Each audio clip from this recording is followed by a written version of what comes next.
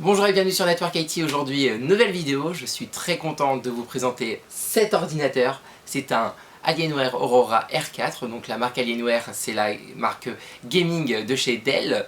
C'est un ordinateur sur lequel je fantasme depuis plusieurs années. Donc même si c'est un modèle qui a entre 5 et 6 ans pour celui-ci, les nouveaux Alienware sont magnifiques. Mais celui-ci, j'ai pu me le procurer à un prix plus intéressant. Mais j'ai toujours aimé ce design-là. Je ne sais pas pourquoi, depuis très jeune, c'est celui-ci qui m'attire. Donc dans cette vidéo, nous allons voir plusieurs facettes de cet ordinateur. Donc d'abord, nous allons voir l'aspect physique de celui-ci, puis les connectiques, et pour terminer, l'aspect technique, savoir si cet ordinateur est toujours au goût du jour ou pas du tout. Donc nous allons voir tout ça dans la suite de cette vidéo. À présent, nous allons voir l'aspect physique de cet ordinateur. Donc ça va être un petit chapitre de cette vidéo. Alors déjà, on voit qu'il est très imposant. C'est un ordinateur qui est très gros. Et très lourd surtout. Ça, il est très lourd. Ce qu'on peut aussi remarquer, donc il est de couleur noire. On va retrouver deux matières sur cet ordinateur, donc une matière assez plastique. Au-dessus, on va retrouver un plastique plutôt brillant. Et sur le côté et à l'avant de celui-ci, un plastique plutôt mat. Donc ça, c'est sympa. On a deux matières différentes au toucher. Après, on va pas avoir des touches extraordinaires quand l'ordinateur sera éteint. Après, on va plutôt avoir des LED, donc ça va faire un peu de tuning pour certains. Moi, c'est ce que j'apprécie sur cet ordinateur et je trouve qu'il n'a pas trop vieilli depuis qu'il est sorti. Donc ça, c'est plutôt un bel aspect. Je trouve qu'on a un design plutôt futuriste sur cet ordinateur.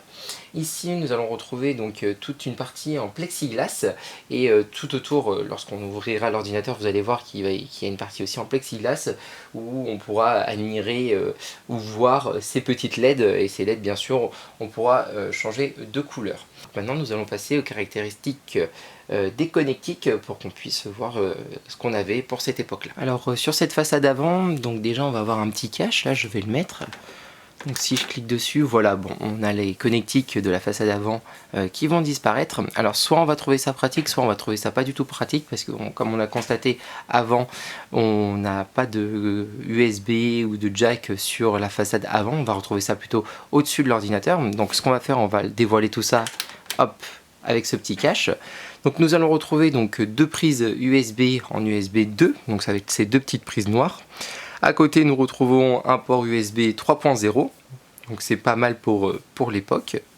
Et ici, nous allons retrouver deux prises jack, donc une prise pour les haut-parleurs en stéréo, donc c'est du jack 3,5 mm, et juste à côté, nous allons retrouver une prise micro, toute banale. Et surtout ici, nous retrouvons ce bouton marche-arrêt qui est encore un peu différent, qui est un peu genre aluminium, mais ne vous inquiétez pas, ça reste du plastique. Maintenant, nous allons voir la façade arrière de celui-ci. On se retrouve à présent sur la façade arrière de cet ordinateur. Alors, nous allons commencer du haut vers le bas. On retrouve ici une prise anti-vol, donc avec un système anti-vol que vous rajoutez bien sûr. Vous allez pouvoir donc sécuriser votre ordinateur physiquement, soit sur votre bureau, soit sur le mur de votre société ou de votre domicile. Maintenant nous allons passer sur les connectiques de cette carte mère, donc on voit que c'est pas très fourni. On va commencer donc par le haut. Donc ici nous allons retrouver donc deux technologies différentes pour l'audio. Nous allons retrouver donc ici une technologie numérique fibre optique et ici une technologie analogique. Juste en dessous, on retrouve 4 prises USB 2.0, donc on voit qu'on est un petit peu sur un PC d'ancienne génération. À présent, nous retrouvons ici un emplacement RJ45, donc ça c'est plutôt sympathique parce qu'on a une technologie gigabit, donc c'est plutôt pas mal. Donc on est toujours sur des goûts d'actualité. Ici malheureusement on voit qu'on n'a que un port USB 3.0, donc en tout sur l'ordinateur on n'a que deux ports 3.0, donc on voit qu'on est vraiment sur la technologie un peu ancienne, enfin on n'est pas assez gourmand sur les technologies plutôt modernes, alors que maintenant sur les cartes mères vous allez trouver que du 3.0 ou du 3.1. Ici on retrouve le petit symbole Aurora R4 pour nous rappeler le modèle. Et là on retrouve tout un panel de prises jack 3.5 pour le micro et pour les sorties audio. Juste en dessous on retrouve un emplacement pour la carte graphique, et là on va avoir des connectiques modernes et anciennes. Donc par ces connectiques anciennes, je parle bien des deux prises DVI qui commencent à disparaître de notre paysage informatique. Ici on va retrouver une prise HDMI banal, et à côté une prise DisplayPort. Là on va retrouver donc toute une petite carte qui nous explique le modèle de l'ordinateur, et là tout simplement une prise d'alimentation. Maintenant je veux ouvrir l'ordinateur et nous allons voir ce qu'il y a à l'intérieur.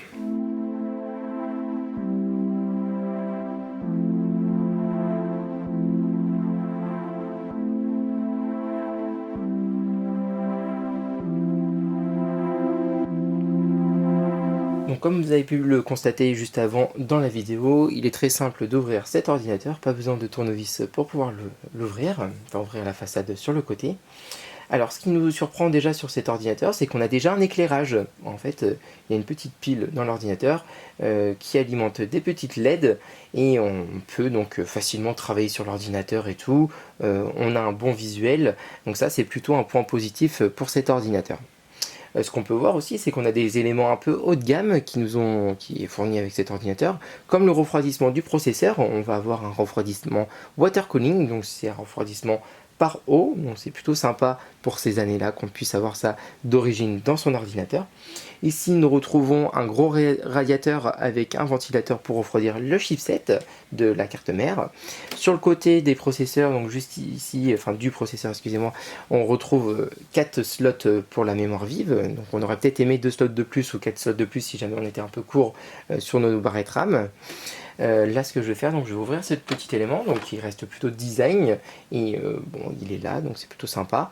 On retrouve donc la grosse carte graphique qui est un peu ancienne, mais on verra ça un peu plus tard dans la vidéo. On a un autre emplacement pour mettre une deuxième carte graphique pour faire du SLI sous Nvidia, donc ça veut dire qu'on a un deuxième port PCI Express. Ici nous retrouvons donc l'emplacement de l'alimentation, et ce qui est pas mal sur ce PC là, c'est qu'on va avoir une disponibilité vis-à-vis des HDD et des SSD. On peut mettre soit 4 SSD, soit 4 HDD, enfin disque dur, et voilà, vous pouvez prendre cette configuration là où on va retrouver un SSD et un disque dur, mais on a la possibilité d'en rajouter 2 autres. On peut aussi faire du RAID, le PC nous propose cette technologie là, donc le RAID c'est cumuler plusieurs disques durs pour faire un volume avec. Et sur le côté ici, on va retrouver des emplacements de disponibles pour ajouter soit d'autres lecteurs CD comme ici, ou mettre d'autres éléments de votre choix. Donc maintenant, nous allons passer à la partie technique de cet ordinateur. On se retrouve à présent pour la partie technique de cet ordinateur. Alors là, nous allons retrouver un bon processeur, un Intel Core i7-4820K, qui est toujours au goût du jour. On a vraiment un très bon processeur sur cet ordinateur. Donc le nom de ce processeur, c'est le Ivy Bridge E. Donc ça, c'est plutôt pas mal. On est en LGA 2011, donc ça reste un socket un peu ancien. Par contre, vis-à-vis de la consommation, c'est pas mal. On a des processeurs maintenant qui vont consommer 90 watts. Là, on est sur du 130 watts actuellement, donc ce qui est pas mal. Il faut une belle alimentation derrière. Donc ce processeur commence à 3,70 GHz, donc ce qui est déjà pas mal. Et en Turbo Boost, on peut monter à 3,90. Donc ça, c'est plutôt intéressant à avoir sur ce processeur. On a 10 mégas cache, donc ça c'est super, on n'est pas au moins de 10, hein. On aurait bien aimé plus, hein. Vous savez bien, moi et le cache, on est très copains, hein. J'aime bien quand il y en a 12, 13, 15, 20 mégas cache sur les Core i9. Hein. Mais là on est sur du 10 mégas cache, c'est un quad core, mais 8 transthreads, donc 4 réels et 4 virtuels. Maintenant nous allons passer à côté, donc là ça nous re-signifie qu'on est sur 10 mégas cache. La carte mère, donc c'est une Alienware, le BIOS aussi, hein, mais bon, ça reste du Dell. En mémoire, donc on est sur de la DDR3, hein, bien sûr, hein, sur ce modèle-là. On est à 32 Go de RAM, donc ça c'est plutôt sympa. On est à l'aise vis-à-vis de la RAM. Donc là, on est sur la marque donc SK Hynix, et c'est du PC3 en 12800, donc ça c'est plutôt sympa, hein. DDR3, on est sur 4 modules de 8 Go de RAM sur ce modèle là.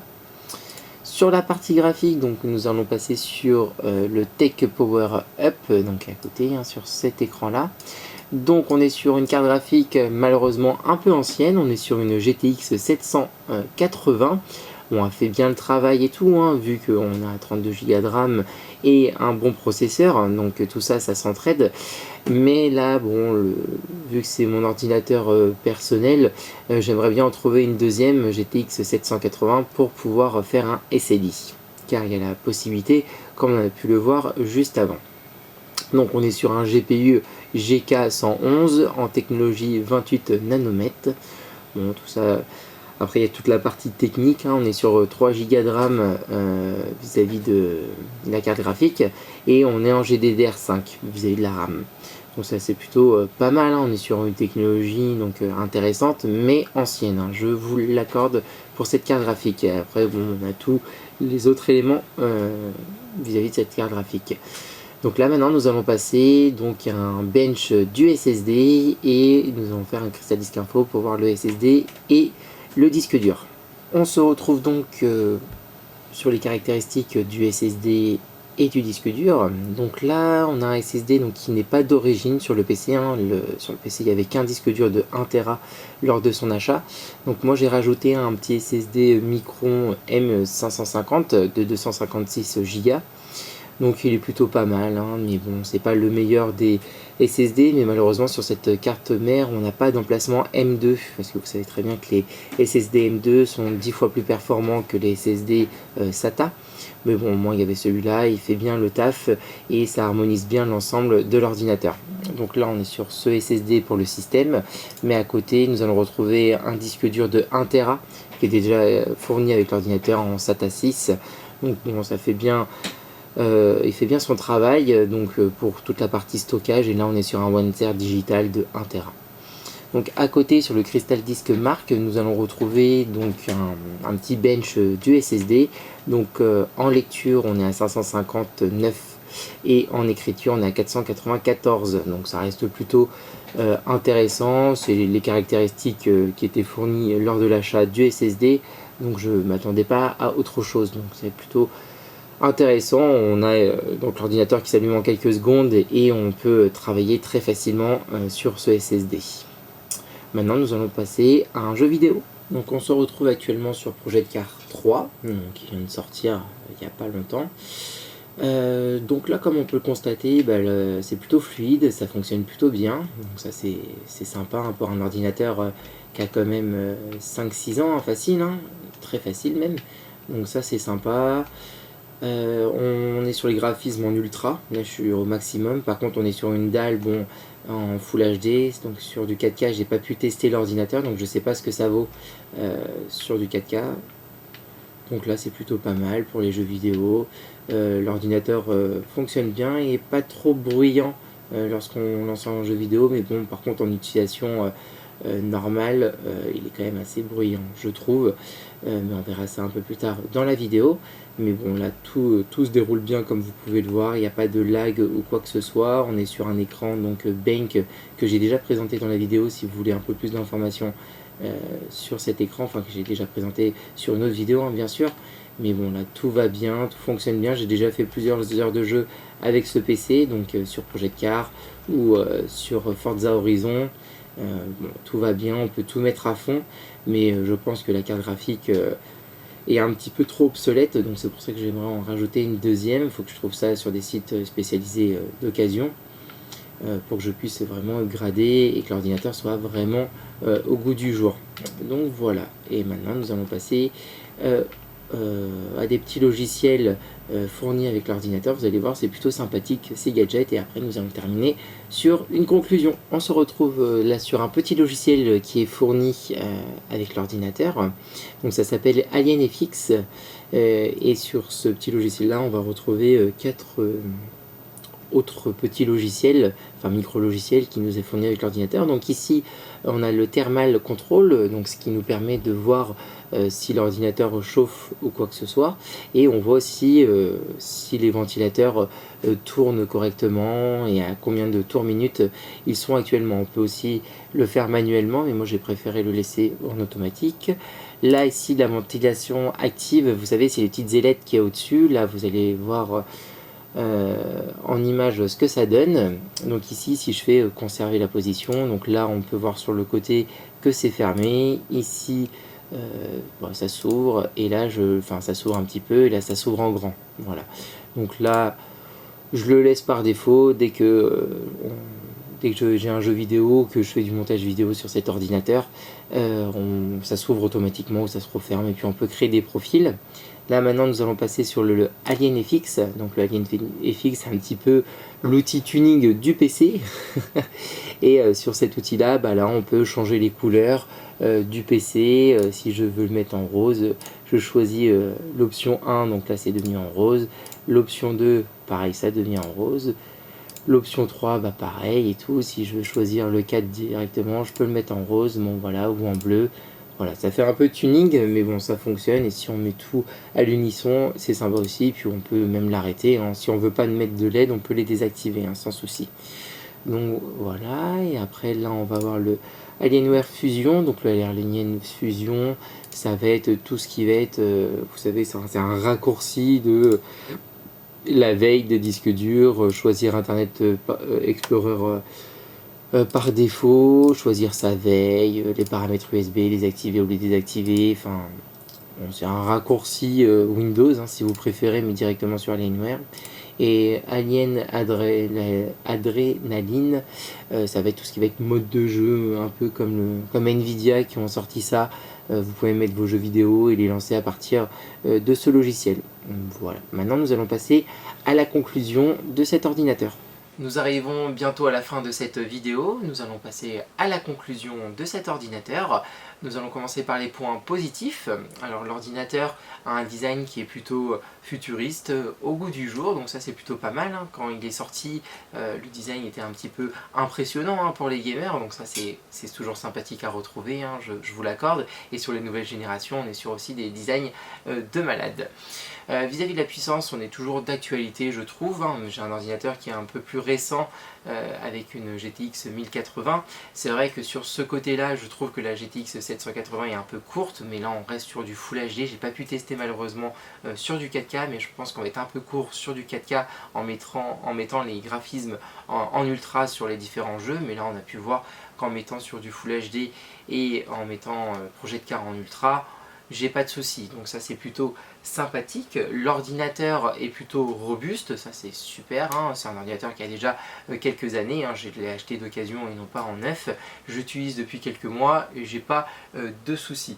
On est sur un ordinateur de qualité, hein. La finition est plutôt bonne. Vous avez vu lorsqu'on a ouvert l'intérieur, on est sur un ordinateur vraiment haut de gamme, hein. C'est un ordinateur qui valait plus de 2000 € à sa sortie.